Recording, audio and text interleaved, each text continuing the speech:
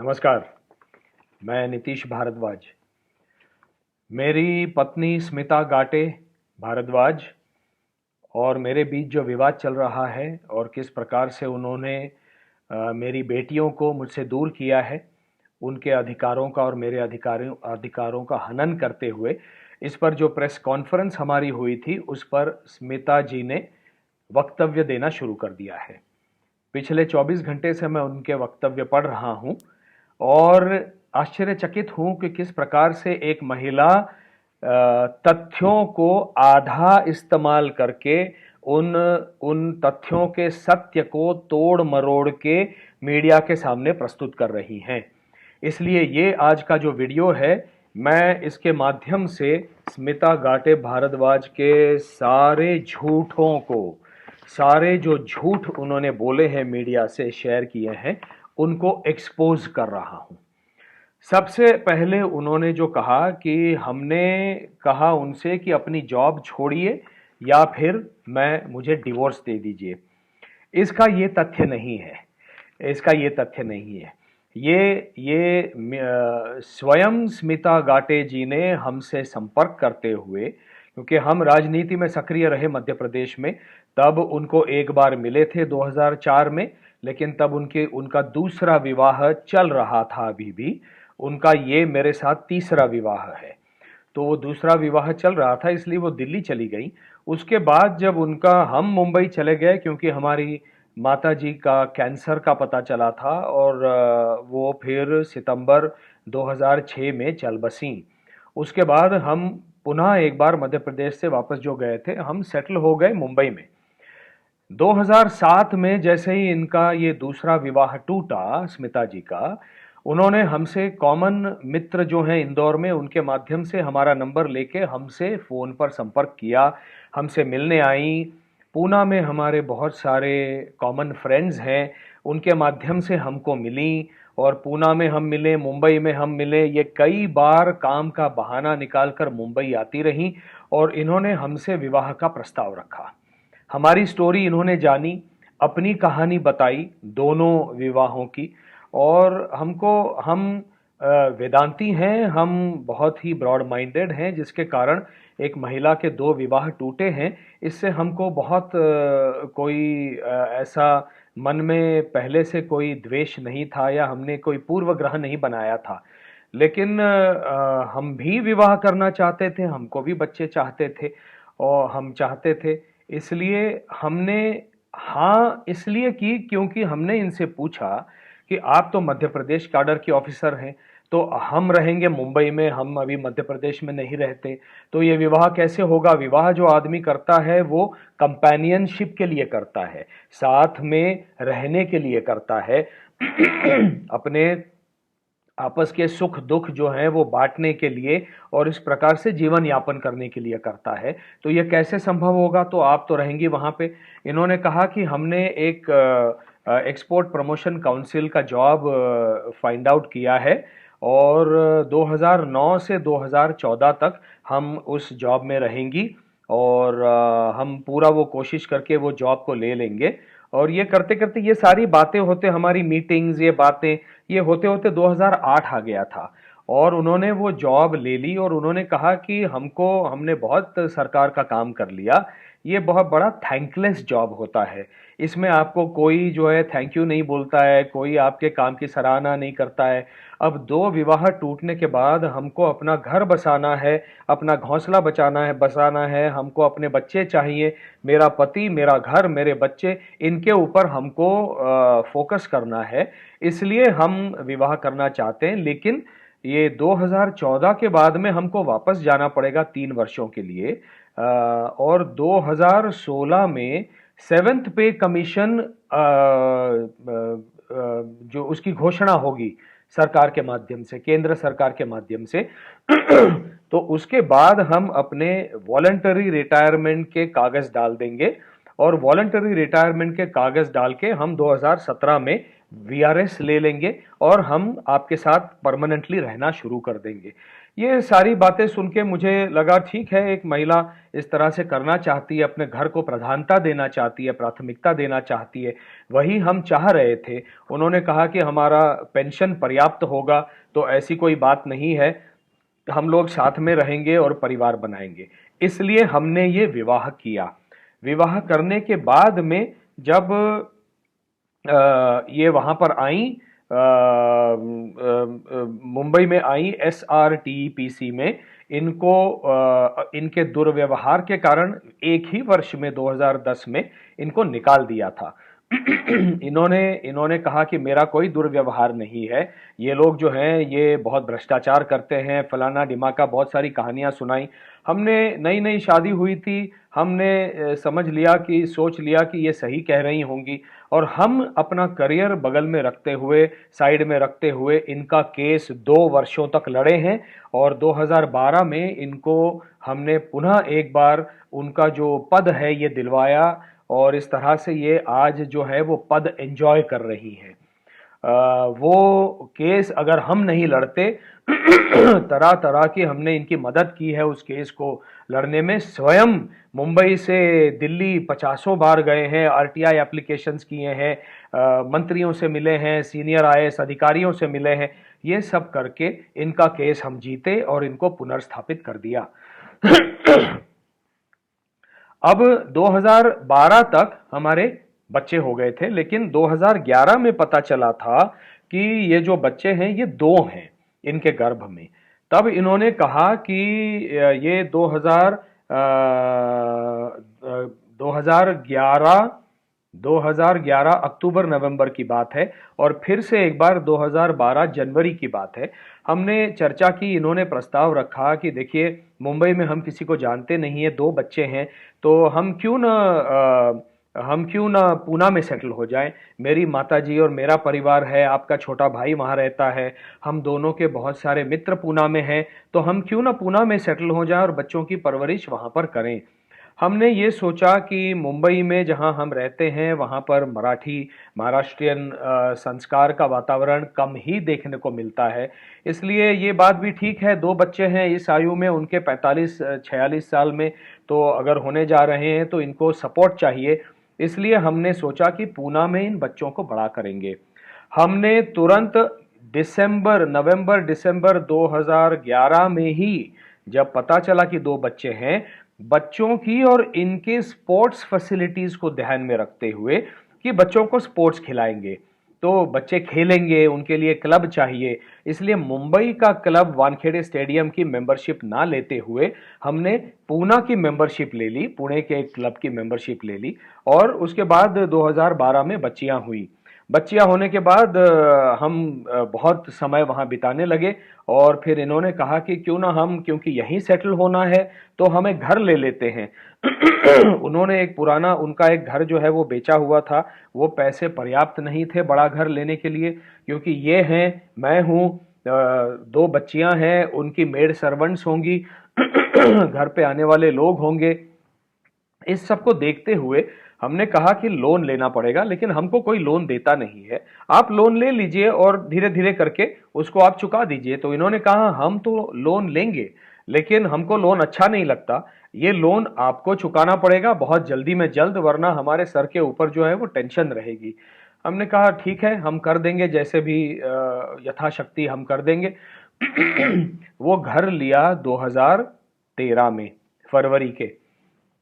और उस घर में वो शुरुआत में जो हमने इनको पैसे दिए, और उसके बाद में इनका लोन 2016 तक हम जो चुकाते रहे, और वो लोन चुकाने के सारे पैसे मिला के लगभग 70 लाख रुपए हमने उस घर में डाले हैं, जो कि 66 से 70% हमारा उसमें कंट्रीब्यूशन बनता है। इनको इनके नाम में घर चाहिए था, क्योंकि इन्होंने कहा कि हमको जो है वो बहुत हम इतना सैक्रिफाइस कर रही हैं, और सैक्रिफाइस करके हम IAS छोड़ के आ रहे हैं, तो अगर हमारे अकेले के नाम में होगा तो हमारे दिमाग में सुकून होगा। हमने सोचा ठीक है, ये भी ठीक है, ये बात सही है, IAS छोड़ना कोई छोटी बात नहीं होती है, बहुत बड़ी बात होती है। क्योंकि हमने सोचा ये जो घर है अंततोगत्वा बच्चों को जाना है। आज अगर अपनी पत्नी दिमागी हालत उनकी ठीक रहती है, पीसफुल शांत रहती है, तो वो मेरे लिए आवश्यक था, इसलिए हमने हाँ कर दी। लेकिन 70% पैसा हमने भरा और इनका 50 लाख का विद इंटरेस्ट लोन और बाकी जो पैसे दिए थे उसके साथ में जो वाइट गुड्स खरीदे थे, जो वॉशिंग मशीन लिया, उस घर की मरम्मत की, वो सारा, क्योंकि नया घर नहीं था, वो सब मिला के लगभग 70 लाख रुपया होता है, वो हमने दिया।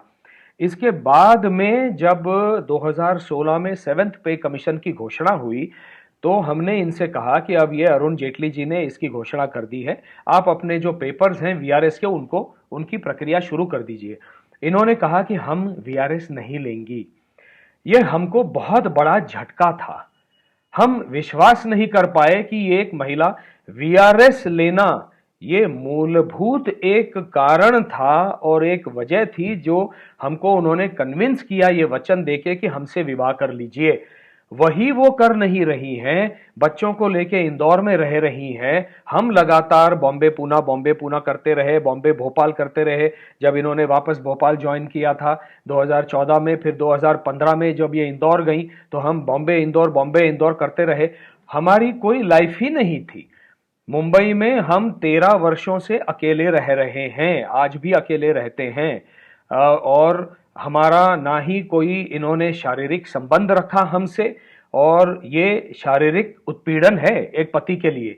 एक पति अगर शारीरिक संबंध पत्नी से नहीं रखेगा तो किसके पास जाएगा। और आज ये शारीरिक उत्पीड़न हुआ, हमारा भावनिक मानसिक उत्पीड़न हुआ, और ये फाइनेंशियल उत्पीड़न भी हुआ। और इसके बाद जिस तरह से इन्होंने दुर्व्यवहार हमारे साथ शुरू कर दिया, क्योंकि हमने कहा आपका वीआरएस लेना ये मूलभूत वचन था जो आपने हमको दिया था, जिसके ऊपर हमने ये पैसे खर्च किए। इसके ऊपर आपने हमको कहा कि हम एक पर्टिकुलर स्कूल जो इस घर के पास में है उस स्कूल में बच्चों का दाखला कराएंगे। आप मेरे साथ आई और उस स्कूल में दाखला कराने के लिए हमने प्रिंसिपल मैडम से हमने मुलाकातें की, उसके बाद फॉलोअप की मुलाकातें की, मेल्स भेजे, वहां पर सारे फोटोग्राफ्स जो हैं वो उन लोगों के साथ, सारे मेरे फैंस थे उनके साथ खींचे थे, उसमें वो दिखती हैं। और एकदम से कह देना कि मैं वीआरएस नहीं लूंगी, ये मेरे लिए एक इतना बड़ा वज्राघात था कि मैं एक दिन संभल नहीं पाया। और मैंने उनसे जब पूछा तो बोले मुझे बात नहीं करनी है। और इसीलिए फिर धीरे धीरे उसके बाद 2016 से उनका दुर्व्यवहार मेरे साथ इतना बढ़ गया कि 2017 में 15 अक्टूबर 2017, ये मेरे पास सारी डेट्स हैं जो कागजात की। 15 अक्टूबर 2017 में मैंने इनको पहला मेल लिखा कि अब मैं आपको पूछ नहीं रहा हूं और मैं आपको बता रहा हूं कि मुझे ये विवाह नहीं चाहिए, और अपने को बड़ी मैच्योरिटी के साथ मैं कह रहा हूं कि हमको डिवोर्स चाहिए। अब इसमें यही हो सकता है, 5 साल की बच्चियां हैं, आप और हम बड़ी मैच्योरिटी के साथ पेश आएं और ऐसा देखें कि बच्चियां तो अफेक्ट होंगी, विवाह परिवार टूटता है तो बच्चे अफेक्ट होते हैं, लेकिन ये कम से कम इनको कैसे क्षति पहुंचे ये देखना आपका और मेरा कर्तव्य है। ये मैंने 15 अक्टूबर 2017 के मेल में कहा है। उसके फॉलोअप मेल्स हैं अक्टूबर, नवंबर, दिसंबर 17 के मेल्स हैं, जनवरी के मेल्स हैं। इन्होंने मुझे मुंह पे कह दिया आपको जो करना है कीजिए, मैं कुछ नहीं करूंगी। और फिर अप्रैल 2018 में अंततोगत्वा मैंने इनको नोटिस भेजा लॉयर के थ्रू, वकील के थ्रू, कि हमको डिवोर्स करना है। हम बड़ी मैच्योरिटी के साथ आपसे अपील कर रहे हैं कि आप अपना वकील तय कीजिए और हम बैठ के बात कर लेंगे। और तब भी इन्होंने कुछ भी नहीं किया। और तब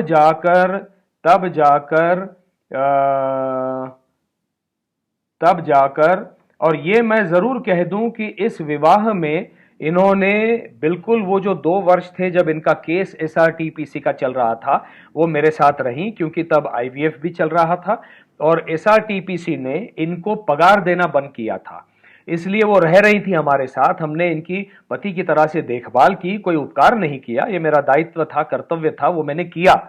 लेकिन इनके इनकी डिक्शनरी में थैंक यू ये शब्द नहीं है, इनकी डिक्शनरी में प्रेम ये शब्द नहीं है, केवल किसी को यूज करना इतना ही शब्द है। उसके बाद वो मेरे साथ बच्चे होने के बाद में केवल 3 हफ्ते मुंबई में रही हैं और निकल गई। उसके बाद वो मुंबई मुड़ के नहीं आई। वो जब भी आती थी अपने इस आईएएस के काम से आती थी, सुबह आ गई, पूरा दिन काम किया, रात को हमारे हमारे घर पर सोई और सुबह उठ के फ्लाइट से इंदौर चली गई। हमने इनसे कहा कि हमारे हमारे घर का उपयोग होटल की तरह और धर्मशाला की तरह मत कीजिए, आपको अगर इतना ही करना है तो आप अपना होटल बुक कीजिए। और ये जो 2016 और 17 के बाद में ये जो हुआ, 16, 17, 18, अंत तो गत्वा ये विवाद इतना बढ़ गया और हमारे कोई भी संबंध नहीं बन पाए। हमने जितना प्रयास किया सारे कॉमन फ्रेंड्स को इन्वॉल्व करने का, इनकी माताजी को इन्वॉल्व करने का कि इसको विवाद को सुलझाएं, इनको समझाया जाए, इन्होंने हर सजेशन को नकारा। और तब जाकर 23 सितंबर 2019 को हमने मुंबई की फैमिली कोर्ट में डिवोर्स का एप्लीकेशन हमने फाइल किया। और उसके बाद भी हमको हमको अच्छा, इसके बीच में ये हुआ कि जो घर हमने लिया था उस घर में इन्होंने हमको चाबी नहीं दी, हमको उस घर से बाहर कर दिया। 1 मई 2018 के दिन हमारा जितना सामान था इनका भाई और ये लाकर हमारे घर में मुंबई में पटक दिया। और उसके बाद वो घर 2018 मई से मुझे बगैर बताए उन्होंने लगातार रेंट पे दिया है, भाड़े पे दिया है। किसको दिया है मुझे नहीं बताया, कितना भाड़ा मिलता है नहीं बताया। बोली हमारे नाम पे है, हम आपको बताने की आवश्यकता नहीं समझते। तो हमने जब कहा कि ये इसमें 70% पैसा मेरा है, तो उन्होंने कहा तो ठीक है ना, तो वो 70% पैसा जो है वो हम बच्चों के लिए तो यूज कर रही हैं, तो उसमें इतनी बड़ी क्या बात है। तो बच्चों के लिए मेरा पैसा यूज हो रहा है, ये सबको पता होना चाहिए। इसमें उसके बाद में उन्होंने उसके बाद भी जब 2019 में हमने फाइल किया डिवोर्स का पिटीशन, इनके हाथ में जनवरी 2020 के दिन इनके हाथ में पड़ा। इसके बीच में इन्होंने नवंबर 2019 को मध्य प्रदेश में एक एग्रीकल्चर जमीन, खेती की जमीन खरीदी, जिसके बारे में हमको नहीं बताया। जो इनका इमूवेबल प्रॉपर्टी रिटर्न डीओपीटी के वेबसाइट पे अपलोड होता है, उससे हमको ये पता चला। ये मार्च 2020 में पता चला, तब हमको पता चला। तब तक उन्हें ये पता नहीं था कि हमने ये डिवोर्स पिटीशन फाइल किया है, उनके हाथ में नहीं पड़ा था। लेकिन उन्होंने कहीं मुनासिब नहीं समझा कि हमसे कोई वार्तालाप किया जाए। एक पति और पत्नी जो मिलकर घोंसला बनाते हैं, मिलकर जो जीवन बनाते हैं, ये इस महिला ने कभी नहीं किया। इनका सारा जीवन जो है इनकी माँ और भाई और बहन इन्हीं के इर्द गिर्द घूमता रहा। और मैं एक आउटसाइडर की तरह से इन सब लोगों ने मुझे ट्रीट किया, विशेष करके स्मिता गाटे भारद्वाज ने।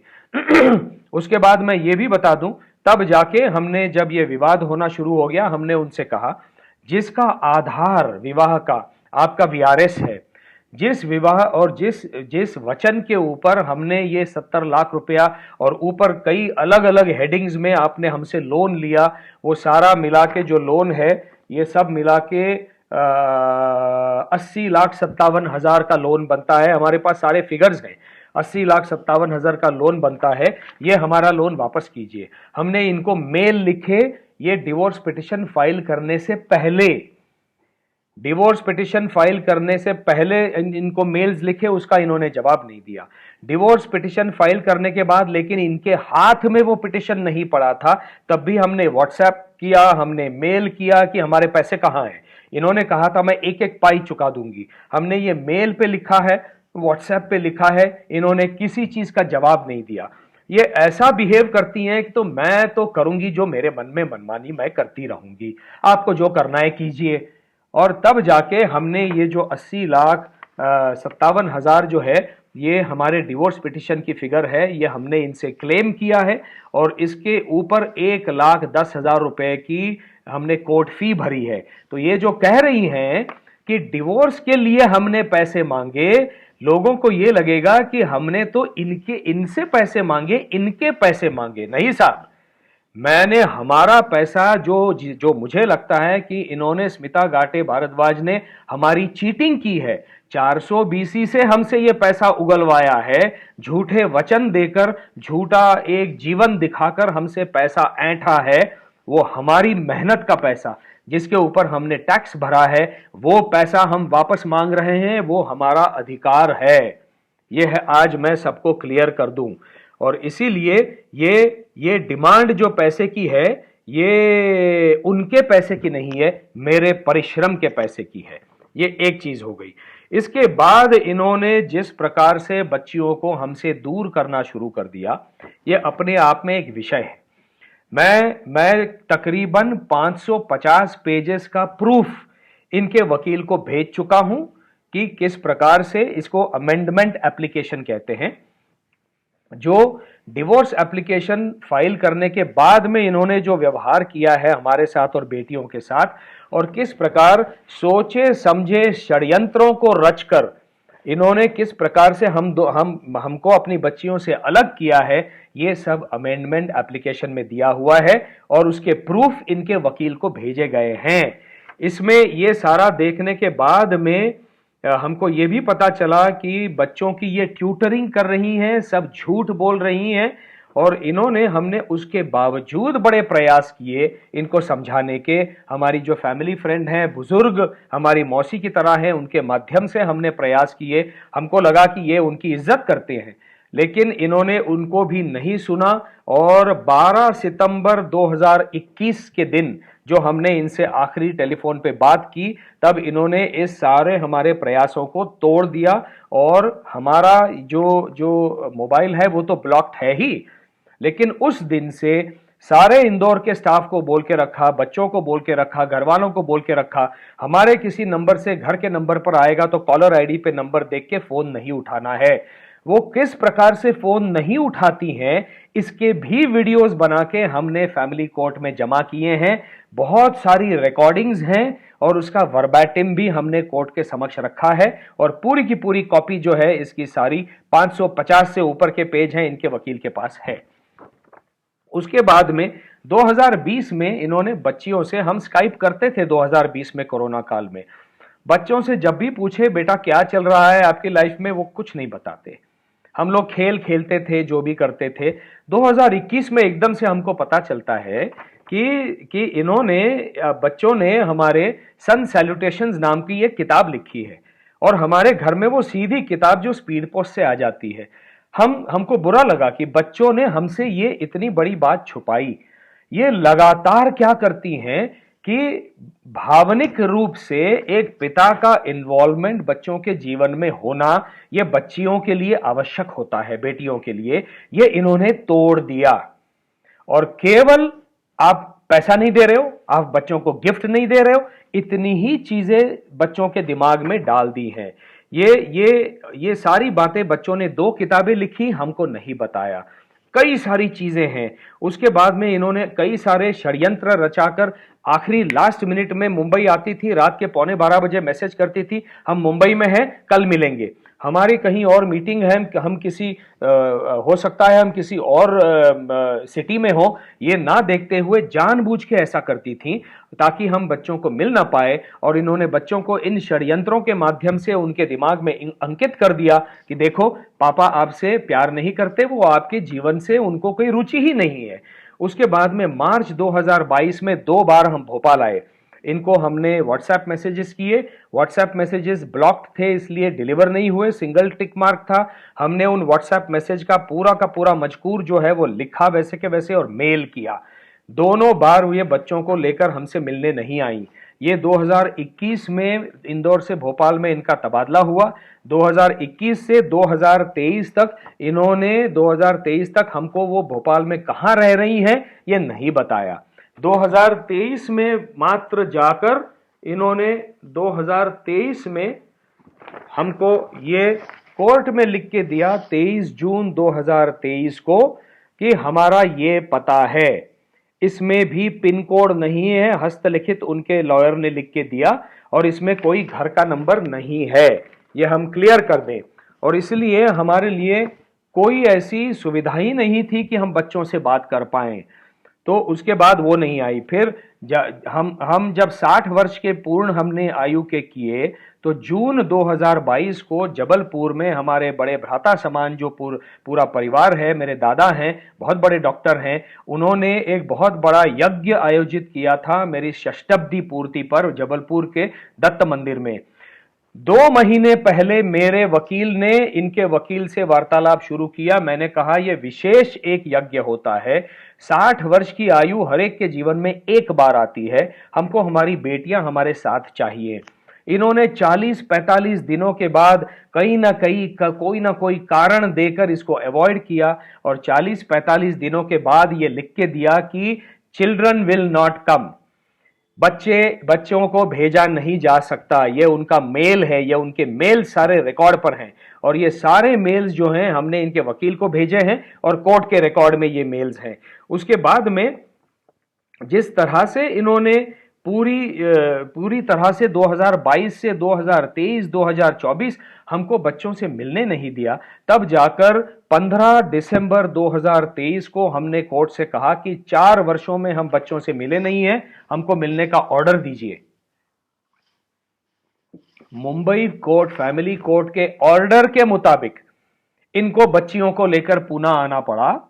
वो ऑर्डर था कि 2024 जनवरी तारीख 2, 3 और 4 इन तारीखों को बच्चों को मुझे मिलने दिया जाए, और हमने कहा था हमको सुपरवाइज्ड एक्सेस चाहिए, क्योंकि वहां पर काउंसलर नहीं होगा, कोई अगर वहां पे विटनेस साक्षी नहीं होगा तो हमारे ऊपर कोई भी गलत आरोप लग सकते हैं, क्योंकि इनके खिलाफ इतने ज्यादा प्रमाण हमने प्रोड्यूस किए हैं कोर्ट के सामने कि आज इनको समझ में नहीं आ रहा है कि बच्चियों को किस प्रकार से हमारे पास रखा जाए, क्योंकि कोर्ट भी इनको बोल चुका है कि ये जो आप कर रहे हैं ये गलत कर रहे हैं, इसलिए ये गलत आरोप लगा सकती हैं, इसलिए हमने सुपरवाइज्ड एक्सेस मांगा। ये 2 तारीख को लेकर आई, बच्चियां हमसे लड़ने लगी, और जितना झूठ बच्चियों ने बोला था वो उस दिन हमको पता चला। और उसमें सबसे बड़ा झूठ इन्होंने जो बोला था, हमारी एक बेटी ने कहा कि आपने केवल दूसरी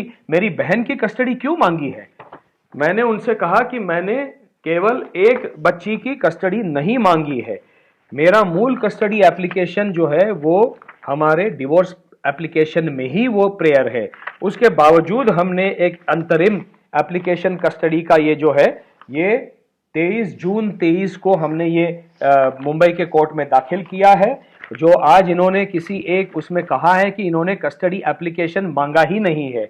हम ये एप्लीकेशन दिखा रहे हैं मीडिया को, यहां पे लिखा है कस्टडी ऑफ चिल्ड्रन, ये जो हाईलाइटेड है, चिल्ड्रन का अर्थ ही होता है दोनों बच्चियां, लेकिन इन्होंने दोनों बच्चियों की कस्टडी इनको बोला कि एक को बोला कि एक ही की मांगी हुई है, तो जिसको बोला कि आपकी कस्टडी पापा ने नहीं मांगी है उसके दिमाग में भर दिया कि आपका पापा जो है, पिता जो है, वो आपको प्रेम नहीं करते, तो वो मुझसे खफा है, वो मुझसे क्रोधित है वो।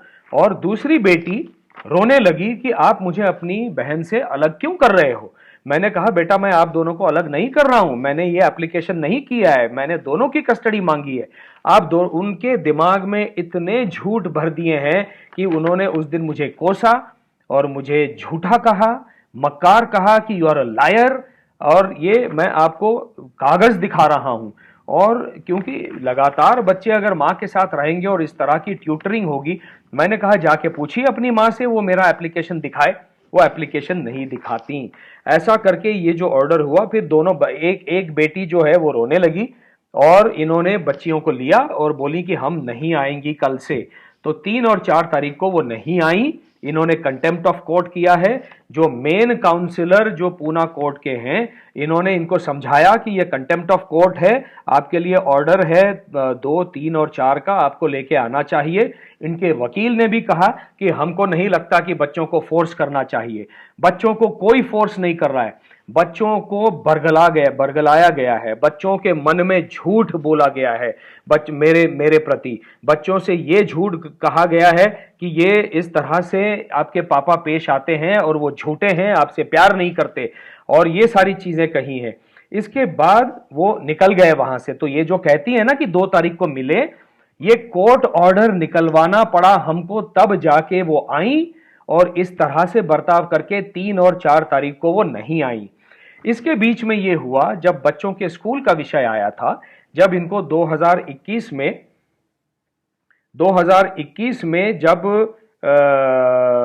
जब इनका इंदौर से भोपाल तबादला हुआ, 8 महीनों तक हम इनको मेल करते रहे। ये सारे मेल्स रिकॉर्ड पर हैं कोर्ट के, और इनको जो मेल्स किए हैं इनके पास हैं, उन 550 में वो सारे मेल्स हैं पन्नों में।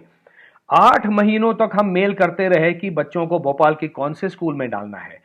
हमने कहा, आप मुझे उत्तर नहीं दे रही हो, इसलिए मैं अपने आप से इंटरनेट पे फाइंड आउट करके अपनी जानकारी आपको बता रहा हूं कि ये 1-2 स्कूल हो सकते हैं, लेकिन आप बहुत सीनियर अधिकारी हैं, आप अपने लेवल पे पता कीजिए और मुझे 2-3 स्कूल बताइए। मैं भोपाल आऊंगा, हम स्कूल एडमिनिस्ट्रेशन से, प्रिंसिपल से मिलेंगे और सारे स्कूलों में कौन सा उनकी वरीयता किसको देनी चाहिए ये हम सोचेंगे और हम तय करेंगे कौन से स्कूल में डालना है। ये कभी हमारी कंट्रीब्यूशन होने नहीं देती बच्चों के जीवन में, और बच्चों को बोलती हैं कि पापा तो इंटरेस्टेड ही नहीं है आपके जीवन में। ये सारे मेल्स क्या स्मिता गाटे ने इन बच्चों को दिखाए हैं? मैं चैलेंज के साथ कह सकता हूं कि ये सारे मेल्स और सारे कागज उन्होंने नहीं दिखाए हैं। उसके बाद मेल आता है, बच्चों को इस्तेमाल करती हैं और बच्चों से कहलवाती हैं, पापा आप भोपाल आ जाओ और हमारा स्कूल तय करो। मैंने कहा, बेटा ये तुम्हारा विषय नहीं है, स्मिता जी से कहो कि मुझसे बात करें। बेटी फोन काट देती है। उसके बाद इन्होंने स्कूल में डाल दिया 6 महीने में, और स्कूल को कह दिया कि नीतीश भारद्वाज जी को कोई जानकारी बच्चों की नहीं देनी है। मैं मेल पे मेल करता रहा उस स्कूल को भोपाल के, उन्होंने मुझे बच्चों की कोई जानकारी नहीं दी, इन्होंने भी मुझे बच्चों की कोई जानकारी नहीं दी। तब जाके जब जनवरी 2023 में या फरवरी 2023 में मैंने जाकर जब इस स्कूल को भोपाल के स्कूल को लिखा फरवरी में 2023 में कि मेरे बच्चों की जानकारी दीजिए, तो ये मेल है वहां के संस्कार वैली स्कूल के प्रिंसिपल का, जिन्होंने कहा कि उन्होंने तो ट्रांसफर सर्टिफिकेट मांगा है, वो तो बच्चों को यहां से निकाल रही हैं। ये सारे उनके मैसेजेस हैं, और ये सारे मैसेजेस स्मिता गाटे भारद्वाज के पास इसकी कॉपी पहुंच चुकी है। उसके बावजूद ये सब छुपाते हुए वो बरगला रही हैं, मीडिया को गुमराह कर रही हैं। उसके बाद मैंने लगातार ये मेल लिखे, ये देखिए, ये सारे लगातार इनको मेल लिखे, ये सारे स्मिता गाटे, ये जो मेल मैंने लिखे हैं, ये देखिए 4 अप्रैल का ये जो मेल है, इनमें से किसी मेल का जवाब नहीं है। और तब जाके मुझे एकदम से ये 22 तारीख को लिखती हैं, इन बड़े बड़े लंबे चौड़े मेल लिखे हैं कि आप क्या कर रहे हो, बच्चों के एकेडमिक के साथ क्या कर रहे हो। तो उनका एक मेल आता है कि ऊटी के बोर्डिंग स्कूल में अब बच्चों का एडमिशन हो गया है, और ये आपको जानकर खुशी होगी कि ये बहुत बढ़िया चीज हुई है हमारे बच्चों के साथ, विद अवर चिल्ड्रन। मैं तो चौंक गया, मैंने कहा वाह, अब ये अवर कैसे हो गए, ये हमारे बच्चे कैसे हो गए। तब मैंने नीचे देखा, वहां लिखा था ऊटी आइए और 8.5 लाख रुपया भरिए। मतलब बच्चियों की परवरिश में उनके लिए क्या अच्छा सोचना है, इसमें पिता का जो योगदान होना चाहिए उसको आपने नकार दिया, उसको आपने दरकिनार कर दिया और कह दिया आपकी आवश्यकता नहीं है। मेरी आवश्यकता पिता की केवल पैसे के लिए है, फीस भरने के लिए है और बच्चों को गिफ्ट्स देने के लिए है। इसके अलावा इन्होंने बच्चों को सिखाया है पिता का इस्तेमाल केवल पैसों के लिए करना है। और तब जाकर इन्होंने उसमें डाला। ये हमको कैसे बाहर से पता चला था, हमने कहा है अपने इंटरव्यू में, बाहर से पता चला था।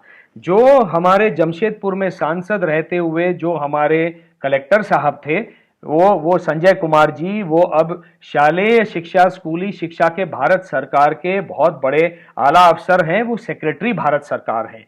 इनके पास जब मैं दिल्ली के मेरे प्रवास में चाय पे गया था, इन्होंने मुझे कहा सबसे पहले कि मैंने आपकी बेटियों का एडमिशन कर दिया। मैं तो इनको ये मेल पे मेल लिख रहा हूं, लेकिन इन्होंने मुझे नहीं बताया।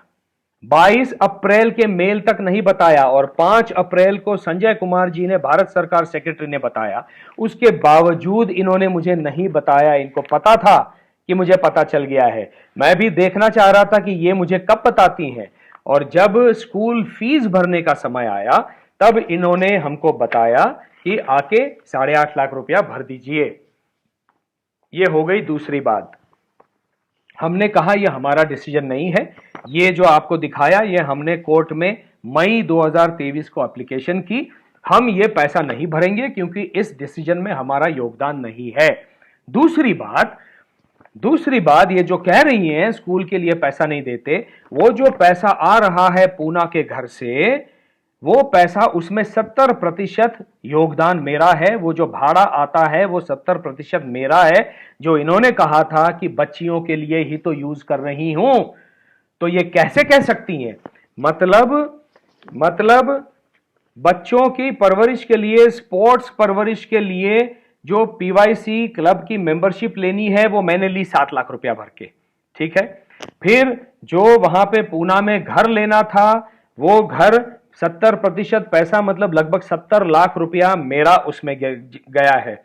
उसके बाद बेटियों का प्रोविडेंट फंड पीपीएफ और मोदी सरकार ने जो सुकन्या समृद्धि अकाउंट शुरू किए थे उसमें लगातार मैं पैसे डालता जा रहा हूं। उसमें आज 41 लाख रुपया, 41,15,000 रुपया बच्चियों के नाम में जमा है।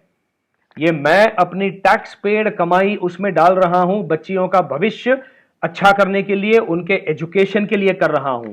ये सारी चीजें मैंने की हैं अपने पैसे से। अगर फीस के लिए भी अगर ये नहीं करेंगी, ये तो कोई महिला होम मेकर तो नहीं है जिसको आम आदमी जो है होम मेकर को समझता है हाउस वाइफ। हाँ, मैं उसको होम मेकर कहता हूं।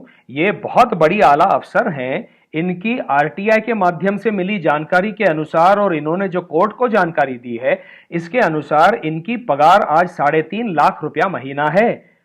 सारा सब कुछ तो फ्री है, गाड़ी फ्री है, घर फ्री है, सब कुछ फ्री है। इंदौर में इनके पास 20 लोगों का स्टाफ था, जो 20 लोगों के स्टाफ के पैसा मध्य प्रदेश सरकार भरती थी। तो इनका 3.5 लाख रुपए में से क्या ये बच्चों की स्कूल की फीस नहीं भर सकती? जब एक पिता ने ये बाकी सारी चीजें की हैं, और जहां वो पूना में नर्सरी स्कूल में जाती थी, सैपलिंग नर्सरी स्कूल में, वहां की फीस हमने दी है। तो क्लब की मेंबरशिप हमने ली है। वहां के घर के पैसे में 70% पैसा, 70 लाख हमने डाला है। उसके अलावा इनको हमने जो लोन दिए हैं सब मिला के, जो आपको मैंने कहा 87 लाख रुपया होता है। व्हाइट गुड्स जो आज भी जो इनके घर में जितने व्हाइट गुड्स हैं, वॉशिंग मशीन से लेके सारे, ये मैंने खरीदे हैं। वो पूना के घर में क्यों खरीदे थे? इसलिए खरीदे थे कि आपको वहां पर सेटल होना था वीआरएस लेके। लेकिन इन सब को आपने हथिया लिया और आपने हमको 2016 में कह दिया जून जुलाई में हम वीआरएस नहीं लेंगी। हमारा जीवन क्या है? वो कहने को दीवार के ऊपर वो सर्टिफिकेट लगा है जिसमें हम शादीशुदा हैं, लेकिन 13 वर्षों से हमारे पास ना घर है ना परिवार। घर मतलब घर है मुंबई में, लेकिन ना परिवार है, ना पत्नी है, ना बच्चे हैं। पत्नी की आवश्यकता एक पुरुष क्यों शादी करता है, विवाह करता है? अपने सुख दुख की व्यथा, हैप्पीनेस, खुशी सब कुछ शेयर करना चाहता है। एक पुरुष अपना घोंसला बनाता है जहां वो वापस आकर पूरे दिन बाहर जाकर जो दुनिया से वो लोहा लेता है, उसे एक घोंसला चाहिए होता है। वहां एक अपनी पत्नी हो जो प्रेम दे, मुस्कुरा के कहे कि आप कैसे हैं, घर में बच्चों की खिलखिलाहट हो। ये इसको करने के लिए एक मनुष्य, एक पुरुष घर बसाता है, घोंसला बसाता है। इन्होंने मेरा घोंसला उजाड़ दिया। इन्होंने मेरा केवल पैसे के लिए इस्तेमाल किया। और ये जो प्रत्येक मैं अमाउंट आपको बता रहा हूं, इसका पूरा चेक या ऑनलाइन ट्रांसफर, ये सारों का रिकॉर्ड मेरे पास है। आज जिस दिन आएगा मैं सारा रिकॉर्ड सबके सामने रख दूंगा। ये सारा रिकॉर्ड कोर्ट के सामने दिया गया है। इन्होंने मेरा जीवन जो है एक कॉमेडी बना के रख दिया है, एक सर्कस बना के रख दिया है। एक पुरुष जो 40-45 साल से 60 वर्षों तक शारीरिक संबंध उसका अपनी पत्नी से नहीं है, आपने वो शारीरिक संबंध मुझे नकार दिया। कहां जाऊं मैं?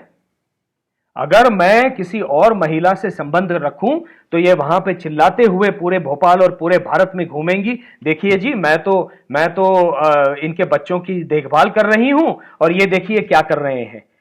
इन्होंने अपने पहले पति पर भी, मैं आऊंगा उसके ऊपर, ये झूठे आरोप करने में बड़ी माहिर हैं। ये भी बताऊंगा इन्होंने पहले पति का कैसे सबको अंधकार में रखा।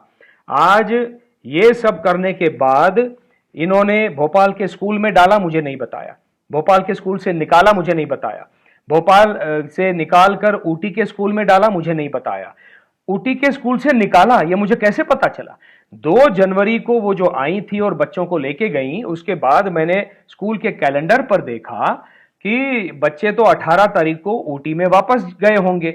मैंने 26 जनवरी को, उसके पहले ये बता दूं, 28 जुलाई 2023 से 16 तारीख से, ये 16 लिखा हुआ है, 16 और 28 ये 2 मेरे मेल्स हैं ऊटी के स्कूल प्रिंसिपल को।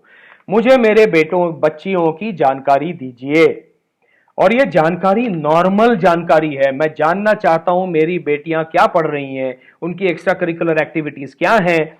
स्मिता घाटे भारद्वाज ने आईएएस के पद और उसकी पावर का दुरुपयोग करते हुए इनको प्रेशराइज किया, और इस बंदे ने जो हेडमास्टर है लॉरेंस स्कूल ऊटी के, मुझे कोई जानकारी नहीं दी।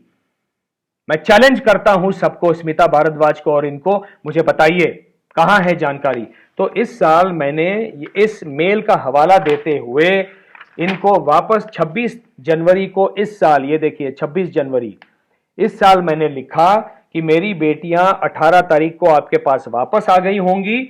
अब मेरी जो रिक्वेस्ट है पुरानी पिछले साल की, इसको सिंपैथेटिकली आप सोचिए और मुझे मेरी बेटियों की जानकारी दीजिए। उन्होंने मुझे ये पत्र भेजा, ये मेल किया।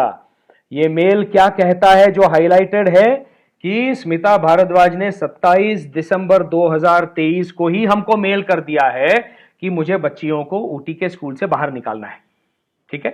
और 12 जनवरी 2024 को हमने उनको ट्रांसफर सर्टिफिकेट दे दिया है। किस दिन ये मेल आया? 2 फरवरी, अभी 2 फरवरी 2024 को। हमको शॉक हो गया। इन्होंने दोनों स्कूल्स को गुमराह किया कि बच्चों की कस्टडी उनके पास है। ये देखिए इन्होंने यहां पे क्या लिखा है। इन्होंने, स्कूल ने लिखा है, the marital status of Miss Smita Bhardwaj was not disclosed by her to the school at the time of admission of the children in Lawrence School, Lovedale. ये लिखा हुआ है इसमें।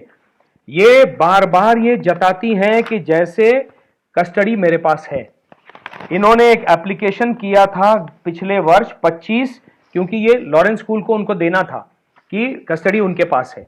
ये लॉरेंस स्कूल ने उनसे कहा कि हमको कस्टडी का जो आपका चल रहा है वो हमको बताइए। तो उन्होंने ये कोर्ट को लिखा, ये 25 जनवरी 2023। इस पर जज साहिबा ने ये लिखा हुआ है, कस्टडी पिटिशन इज पेंडिंग। नीचे तारीख है 25 मई 2023।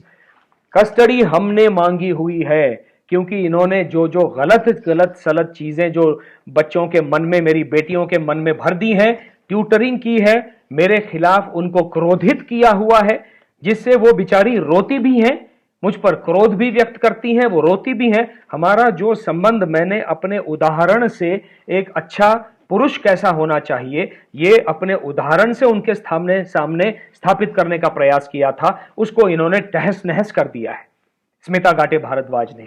और फिर मुझे जब पता चला, मैंने इनको 8 तारीख को ये मेल लिखा फरवरी को, और जवाब नहीं आया तो 9 तारीख को फिर से लिखा। ये कौन से, आज वो पूरी दुनिया को ये कह रही हैं मीडिया में कि इनके पास एक तो भोपाल का नंबर था।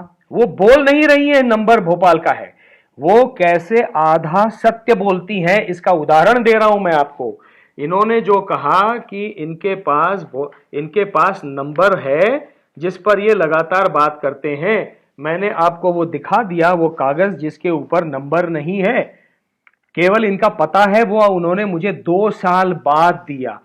2021 से 23 कहां रही मुझे नहीं मालूम। 2023 में वो घर का नंबर नहीं दिया, तो मेरे पास कोई और चारा नहीं था इसके अलावा कि इनको मैं मेल लिखूं। मेल कौन से पते पे लिखा है? वो कह रही हैं कि एक डेडिकेटेड मेल आईडी है। यही वो डेडिकेटेड मेल आईडी है, भारद्वाज स्मिता@gmail.com।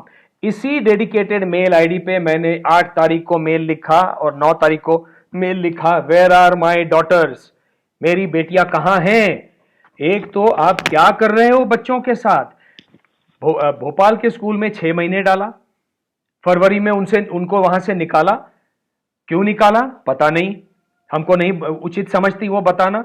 उसके बाद जब ऊटी में डाला 15 जुलाई को, तब तक 6 महीना बच्चियां कौन से स्कूल में पढ़ रही थी पता नहीं, वो हमको उचित नहीं समझती हमको बताना, स्मिता गाटे भारद्वाज। उसके बाद में वहां डाला, अंधेरे में डाला। 4.5 महीने में 15 जुलाई से 30 नवंबर बेटियां वहां पर रहीं। 1 दिसंबर से विंटर ब्रेक शुरू हुआ, 4.5 महीने में उस स्कूल से बाहर निकाला। ये क्या असंतुलन मेरी बेटियों के जीवन में आप निर्माण कर रही हैं, ये मैंने 8 तारीख के मेल से पूछा था। मतलब मानसिक असंतुलन, भावनिक असंतुलन, बच्चों से पिता को अलग करना, इसका आघात होता है उनकी मानसिकता पर। और एकेडमिक असंतुलन, वो कहीं स्टेबल हो ही नहीं पाएंगी किसी स्कूल में। ये क्या चल रहा है। तब जाके जब इन्होंने 9 तारीख का भी हमको कोई जवाब नहीं दिया, तब जाकर हमने ये देखिए, ये वो कागज है जिस पे कोई फोन नंबर नहीं है। उस दिन बच्चों ने मुझे कहा आपके पास मेरे पास हमारा नंबर है। मैंने कहा नहीं है बेटा, भोपाल का नंबर नहीं है, वो इंदौर का नंबर था। तो बेटियां मुझे कहने लगी कि वही नंबर है।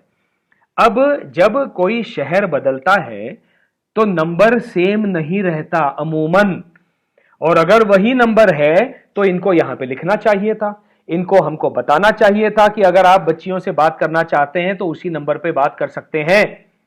आज ये कह रही हैं कि हम क्यों गए पुलिस के पास, ये कह रही हैं कि हमको तो जाना चाहिए था इनके वकील के पास, इनके फैमिली के पास। क्यों भैया, क्यों स्मिता गाटे, आप कस्टोडियन पेरेंट हैं, कस्टडी आपको नहीं दी गई है, आप माता कहलाती हैं, मैं पिता हूं, क्योंकि मैं बायोलॉजिकल फादर हूं। स्मिता गाटे भारद्वाज बायोलॉजिकल मदर नहीं है। ये जो अंडकोश से अंडा लिया था ये किसी अन्य युवा महिला का था और स्पर्मेटोजोआ मेरा था। बायोलॉजिकली ये बच्चियां मेरी हैं, स्मिता गाटे भारद्वाज की नहीं है। चलिए छोड़ दिया, इतने दिनों तक कभी किसी को नहीं बोला, आज बोलने की आवश्यकता पड़ रही है। इसके बाद ये कहती हैं कि आपको चाहिए था कि आप दर दर घूमते और लोगों से पूछते कि मेरी बेटियां कहां हैं। जी नहीं, बेटियों का एकेडमिक्स, बेटियों का स्वास्थ्य, बेटियों का रिपोर्ट कार्ड, बेटियों के जीवन के हर चीज के बारे में पिता को सूचित लगातार करते रहना आपका दायित्व बनता है, in law, legally, morally, ethically. अपने इन दायित्वों से आप हट गई हैं और आप मीडिया में कहती हैं कि मुझे दर दर भटकना चाहिए था। अगर आप मुझे मेरी बेटियां कहां हैं इसका उत्तर नहीं देंगी तो हम तो इसको अपहरण ही मानेंगे। इसीलिए हमने अपहरण का कंप्लेंट दायर किया। उसके बाद क्या हुआ, आज ये कह रही हैं कि 17 तारीख को मीटिंग हुई। वो कैसे हुई आप जानते हैं कैसी हुई। 2 तारीख की तो कोर्ट के ऑर्डर से हुई। इन्होंने बच्चियों को पूरा दिमाग क्रोधित करके उसको निरस्त करवा दिया, कंटेम्प्ट ऑफ कोर्ट करा दिया ऑर्डर का। ये जब हमने भोपाल कमिश्नर से कंप्लेन किया, कमिश्नर साहब ने उनसे कहा कि आप सीनियर अधिकारी हैं, आप बच्चों को लेकर मेरे ऑफिस में आ जाइए, मैं भारद्वाज साहब को भी बुलाता हूं। इन्होंने मना किया, बोली उनको अकेले हमारे घर पर भेज दो। ये बार बार अकेले भेज दो ये जो चलता है ना। मैं जब लॉरेंस स्कूल में बच्चियों से मिलना चाह रहा था, इन्होंने 1 अगस्त 2023 और 13 अगस्त 2023 इन 2 दिनों में मेल्स लिखे हैं हेडमास्टर राव साहब को कि मुझे अपनी बेटियों से अकेले में मिलना चाहिए। मेरे एंटेने खड़े हुए, ये ऐसा क्यों कह रही है। 550 पेजेस का जो प्रमाण इनके वकील को दिया गया है वो इनके विरुद्ध इतना सबल प्रमाण है कि किस प्रकार से मेरी बेटियों को उन्होंने अपने पिता से अलग किया है और मेरी बेटियों के मूलभूत मानव अधिकारों का हनन किया है, एक पिता के अधिकारों का हनन किया है। और ये महिला मानवाधिकार आयोग में राज्य में काम करती थी। ये महिला दूसरों के अधिकारों की क्या रक्षा करेगी? और तब से हमारे एंटेने खड़े हैं। ये बार बार क्यों कह रही है कि अकेले आओ, अकेले आओ, ताकि हमारे ऊपर कोई भी घिनौना आरोप लगा सके, जिससे हम जेल में पड़े रहें और सड़ते रहें, और ये फिर कहें कि हमको मुंबई का घर दे दो और पैसे दे दो और तभी मैं केस को वापस लूंगी। ये होता है, ये आज हो रहा है। आज पुरुषों के लिए कोई नहीं बोलता, मैं बोल रहा हूं। महिलाएं अधिकतर ऐसी नहीं हैं, पर कुछ हम दुर्भाग्यपूर्ण स्थितियों में जो पुरुष हैं, हमारे हिस्से में ऐसी महिलाएं आई हैं, तो हमको अपना चरित्र और अपना करियर बचा के रखने का पूर्ण अधिकार है।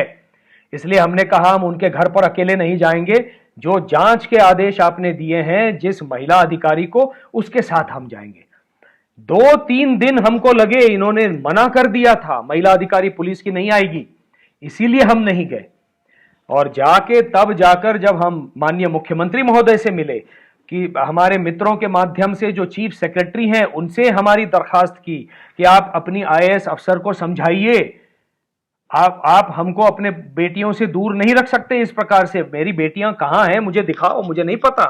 तब जाकर इन्होंने माना और उस महिला अधिकारी के समक्ष जाकर उनकी उपस्थिति में मैं अपनी बेटियों से मिला, लेकिन उसका कोई उपयोग नहीं हुआ।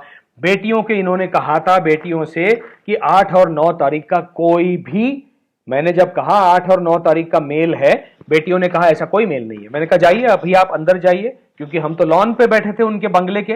मैंने कहा अंदर जाइए और मां से कहिए 8 और 9 फरवरी का पापा कह रहा है कि मेल्स हैं, मुझे दिखाओ। बोली नहीं, कोई मेल नहीं है, आप झूठ बोलते हो।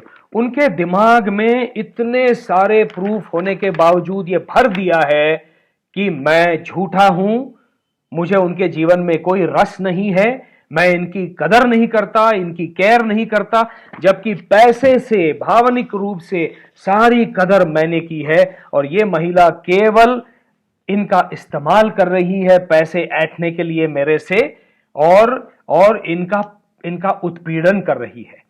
ये बच्चों को अपने पिता से दूर रखना मेरी बेटियों का मानसिक और भावनिक उत्पीड़न है, और मेरा भी उत्पीड़न है। मुझे अपना करियर छोड़ के, मुझे अपनी सारे कामों को मुंबई में छोड़ के ये सब करते हुए घूमते रहना पड़ता है। और यही मैंने कहा था 15 अक्टूबर 2017 के मेल में, मैच्योरिटी से काम आओ, मैच्योरिटी से इस डिवोर्स को डील करो। मैं 17 से कह रहा हूं और ये बिल्कुल इमैच्योर तरीके से करती हैं, और मुझे तब अधिकार बनता है ये कहना कि ये इस महिला का मानसिक संतुलन हो सकता है, संतुलित नहीं हो। और इसीलिए मैंने उस दिन भी मीडिया को दिखाया, मैंने एप्लीकेशन अर्जी लगाई हुई है कोर्ट के सामने कि इस महिला का मानसिक संतुलन की जांच हो। आज भी मैं ये कह रहा हूं, जांच हो। जो महिला पुरुष इतना सब कर रहा है, उसके लिए कर रहा है, अपनी पत्नी के लिए, पत्नी के परिवार के लिए क्या कुछ किया वो तो दूसरी बात है। बच्चों के लिए सब कुछ कर रहा है, विदेश जाता है तो 2-2 बैग भर के बच्चों के लिए गिफ्ट्स लेके आता है, लाखों रुपयों का सब कुछ कर रहा है वो आदमी। लेकिन ऐसे आदमी को आपने बच्चियों के जीवन से उठा के फेंक दिया है, केवल बच्चियों को ओन करने के लिए और दुनिया को दिखाने के लिए कि मैं अकेली। उन्होंने ये जो कहा है ना, ये जो कहा है कि मैं त्याग कर रही हूं, ये त्याग नहीं कर रही है, ये बच्चियों का और मेरा उत्पीड़न कर रही है। ये कोई त्याग नहीं कर रही है, ये बच्चों की सुरक्षा मैं करूंगी। मुझे तो इस महिला से मेरी बेटियों की सुरक्षा करना है, और इसीलिए ये बच्चियों का युद्ध मैं लड़ रहा हूं। मेरे लिए युद्ध मेरा अगर होता तो बड़ा आसान था। मैं कहता रखो बच्चियां, रखो वो 80, 81, 87 लाख रुपए, कितने हैं वो, 80,57,000 रुपए, 81 लाख रुपए, रखो वो पैसे, रखो बच्चियां, मैं तो चला, तीसरा विवाह कर लूंगा, सुखी हो जाऊंगा। कम से कम मेरे जीवन में कुछ एक नई आशा की किरण तो आएगी। ये मेरे लिए करना बहुत आसान था। लेकिन ऐसी महिला जो मानसिक रूप से मुझे लगता है असंतुलित है, इसके पास अगर ये बच्चे दे दिए तो इन बच्चों का जीवन जो आज उसने उनका उनका जो बचपन छीन लिया है, पूरा जीवन छीन लेंगी और अपनी तरह इन बच्चियों को बनाएंगी। मुझे मेरी बेटियों की चिंता है, इसलिए मैं अपनी बेटियों का ये युद्ध लड़ रहा हूं। ये मेरा युद्ध नहीं है, मेरी बेटियों का युद्ध है ये जो मैं लड़ रहा हूं। और इनको क्लियरली कह दिया है जज ने, custody petition is pending, custody इनको नहीं दी गई है। और इसीलिए मैं ये कहना चाहता हूं कि ये जो इन्होंने कहा है purposely avoided meeting the children on February 13th, मैंने आपको बता दिया, क्योंकि वो चाहती थी कि मैं अकेले आके मिलूं। ये अकेले आकर मिलना तो संभव नहीं है स्मिता गाटे। मैं आपको कोई भी अवसर ऐसा नहीं दूंगा जहां पर आप मेरे ऊपर बच्चियों का गलत इस्तेमाल करते हुए पॉक्सो का घिनौना चार्ज डालें। वो जो चीफ काउंसलर हैं पूना के फैमिली कोर्ट के, उन्होंने मुझे कहा आज दुर्भाग्य से कई महिलाएं ऐसे कर रही हैं, जिस प्रकार से 498(8) का दुरुपयोग होता था वैसा ही आज पॉक्सो का दुरुपयोग हो रहा है। और बेचारे वो सारे जो पुरुष हैं आज बैठ के वहां पर जेल के पीछे, सलाखों के पीछे बैठे हुए हैं। और इसीलिए मैं कहना चाहता हूं कि आपने मुझे विवश कर दिया स्मिता गाटे, ये इस प्रकार से मीडिया के सामने जाने के लिए। आप अगर ये सब नहीं करती जो आज मैंने इस वीडियो में बोला है, और आप बड़ी संजीदगी से, मैच्योरिटी से पेश आती, तो ये सब नहीं होता। और ये मैं लगातार 15 अक्टूबर 2017 मैं मीडिया से कहता हूं, जाइए उनसे पूछिए, जो जो मैंने तारीखें दी हैं आज, जो जो मैंने कहा है, उस सब के मेल्स और सब कुछ मेरे पास उपलब्ध है और इनके पास भी उपलब्ध है, क्योंकि इन्हीं को भेजा हुआ है। और ये जानबूझकर सब कुछ तथ्यों को आधा इस्तेमाल करती हैं, सत्य को तोड़ मरोड़ के सबके सामने प्रस्तुत करती हैं। इसीलिए आज आवश्यक हो गया। इन्होंने क्या किया उस 17 तारीख की मीटिंग के बाद, बच्चों ने जाकर पूछा होगा कि पापा कह रहे हैं 8 और 9 तारीख की ये मेल्स हैं। हम उस एडिशनल डीसीपी महिला के साथ हम गेट के बाहर खड़े थे, ये फोन करती हैं उनको और बोलती हैं हमको तो कोई मेल मिला नहीं है, भारद्वाज साहब से पूछिए कौन से मेल आईडी पे भेजा है। अरे भाई मैं दिखा चुका हूं, उसी मेल आईडी पे भेजा है और उसी मेल आईडी से भेज के आपको मिला है, क्योंकि वही मेल आईडी कोर्ट के रिकॉर्ड्स में है और वही मेल आईडी है जो भारद्वाज smita@gmail.com। और ये दूसरा जो है, ये आपको जो भेजा गया था वो है smitagate@hotmail.com। ये भी आपका एक हॉटमेल का पुराना आईडी है। इनके जितने आईडी मुझे पता है, iCloud का पता है, ये देखिए यहाँ पे iCloud का भी मैसेज डाला हुआ है। ये इन्होंने 14 तारीख को मुझे एक मैसेज किया कि आपने क्यों बोला कि मैंने आपका फोन ब्लॉक किया हुआ है, एसएमएस तो ब्लॉक नहीं होता। ये कभी मेरा फोन ब्लॉक कर देती हैं एसएमएस के ऊपर, ये कभी मेरा फोन जो है वो व्हाट्सएप पे ब्लॉक करती हैं, कभी iCloud से करती हैं। इसीलिए पिछले कई वर्षों में हमने केवल मेल से इनको जानकारी देना शुरू किया है, ये इनको पता है। और 14 तारीख को तुरंत मैंने एक लंबा मेल भेजा था कि ये चीजें आप झूठ बोल रही हो। आपने झूठ बोला 13 तारीख को भोपाल कमिश्नर से कि कस्टडी आपको दी गई है, ऑर्डर दिखाइए। मैंने तो ये ऑर्डर दिखा दिया, ये ऑर्डर तो कहता है कस्टडी पिटिशन इज पेंडिंग। फिर दूसरा झूठ आपने ये बोला भोपाल कमिश्नर से कि कोर्ट ने भारद्वाज साहब को बच्चियों से मिलने के लिए मना किया हुआ है, ऑर्डर दिखाइए। ऐसा कोई ऑर्डर नहीं है। ऑर्डर था 2, 3, 4 जनवरी 2024 को मुझे अपने बच्चों से मिलने दिया जाए। ये इस तरह से महिला बर्ताव करती है जिस प्रकार मानो ये अबाउ लॉ है। इनको कोई भारत का लॉ जो है वो एप्लीकेबल नहीं करता है। ये मुझे दौड़ाना चाहती हैं, इधर उधर जाओ, दौड़ो, देखो बच्चे कहां हैं। और अगर आपने नहीं दौड़े तो बोलेंगे देखो इन्होंने तो कुछ भी नहीं किया, ये तो इनको तो अपने बच्चे की चिंता ही नहीं है ना। इसलिए मैं ये सारी चीजें आप मीडिया के सामने रख रहा हूं। ये महिला मेरे बच्चों की रक्षा नहीं कर रही है, इनको केवल मानसिक, इनका और मेरा मानसिक और साइकोलॉजिकल, भावनिक उत्पीड़न कर रही है और ये सारे सारे आरोप मैं कोर्ट में लगा चुका हूं। आज पहली बार आप सबके समक्ष लगा रहा हूं, क्योंकि कल से इन्होंने जो इंटरव्यूज दिए हैं, इनके झूठ को आज एक्सपोज करना बहुत आवश्यक हो गया था। मित्रों, ये और एक और चीज बता दूं, इन्होंने ये कहा है कि बच्चियां इतना अच्छा परफॉर्म कर रही हैं, ये कर रही हैं। Academic excellence has nothing to do with psychological health of a human being. वो अपनी परीक्षाओं में कितना बड़ा उत्तीर्ण होता है, अपनी करियर में कितना बड़ा उत्तीर्ण होता है, उससे साइकोलॉजिकल हेल्थ, मानसिक संतुलन, मानसिक स्वास्थ्य का कोई लेना देना नहीं होता। इसीलिए हम देखते हैं जीवन में कई सारे अचीवर्स होते हैं, बड़े बड़े अचीवर्स। वो अचीवर्स भी जो हैं, वो अचीवर्स जो हैं वो साइकोलॉजिकली डिप्रेस्ड होते हैं।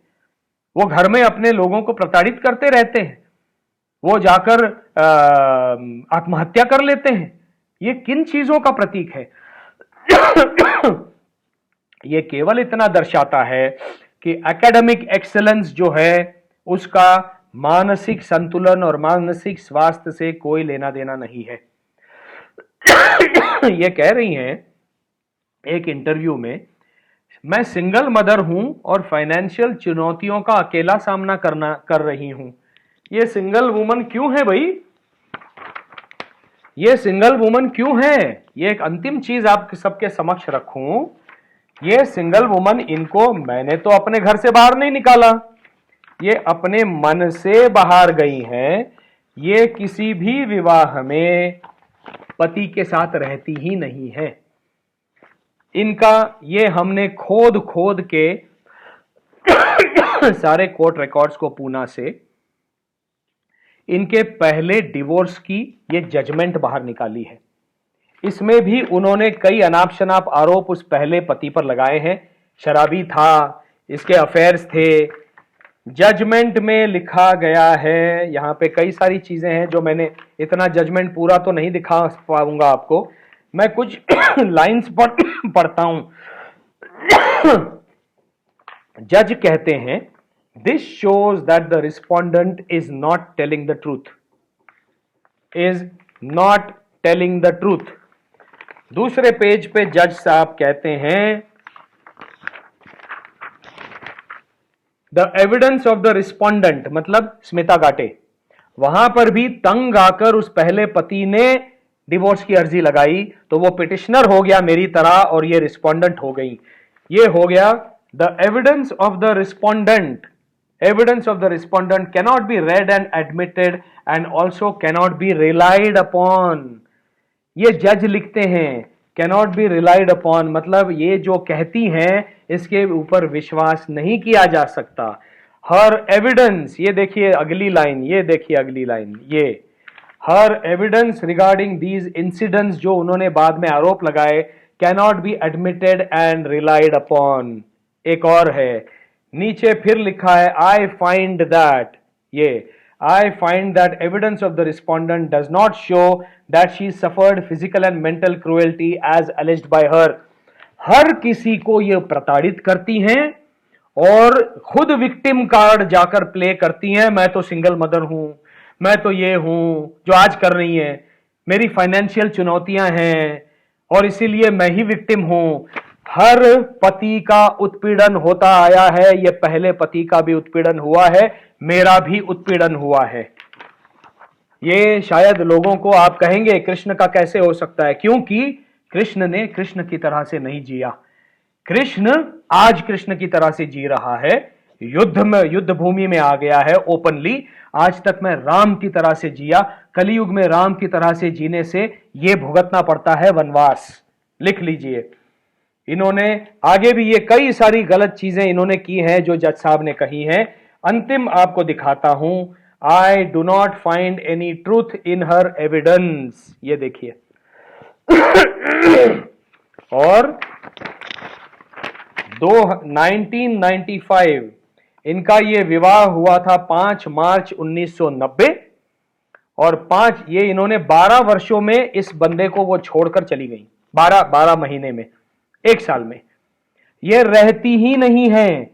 मैं पूछना चाहता हूं इनकी माता को, आप इनको बार बार विवाह करने क्यों देते हो? मैं पूछना चाहता हूं स्मिता गाटे को, आप बार बार विवाह क्यों करते हो? मेरे साथ तीसरा विवाह क्यों किया? केवल बच्चे निकालने के लिए कि आपको बच्चे चाहिए, बच्चा चाहिए, और उन बच्चों का इस्तेमाल करते हुए आपको हस्बैंड से, अपने पति से अधिक पैसा ऐंठना है, ताकि आपकी रिटायरमेंट के बाद भी आज जो शान शौकत से आईएएस अफसर से आप रह रहे हो, वो मेरे पैसे से आप और आपका परिवार जिए। ये मैं नहीं होने दूंगा। ये इन्होंने ये लिखा हुआ है, और ये डिवोर्स की डिक्री किस आधार पर दी है? Desertion, on the ground of desertion, मतलब अपने कर्तव्यों का वहन ना करना और उस विवाह से भाग जाना, जो उन्होंने पहले में भी किया, जो उन्होंने मेरे साथ भी किया। और यह पहला विवाह तो मैं आज आपको बता रहा हूं, कहीं भी किसी गवर्नमेंट ऑफ इंडिया के रिकॉर्ड में आपको नहीं मिलेगा, क्योंकि यह पहला विवाह भी इस महिला ने भारत सरकार से छुपाया था। इसके कारण क्या है मैं आपको बाद में कभी बताऊंगा। स्मिता गाटे, मैं इनको भारद्वाज इसीलिए नहीं बोलता क्योंकि पत्नी धर्म क्या होता है, पत्नी के दायित्व क्या होते हैं, कर्तव्य क्या होते हैं, यह इनको नहीं पता। 3 विवाहों के उपरांत भी ये सीख नहीं पाई हैं।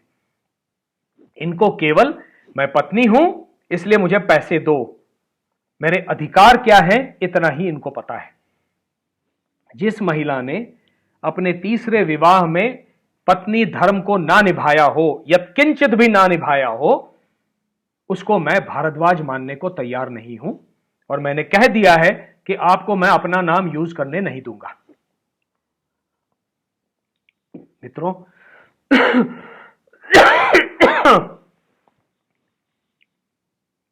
मेरी बेटियों को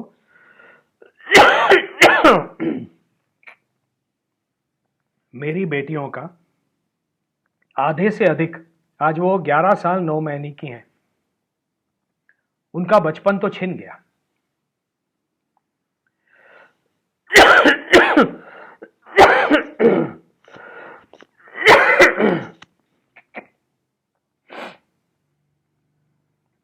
मेरी बेटियां प्रताड़ित हैं, उनका बचपन छिन गया, उनका बचपन खो गया।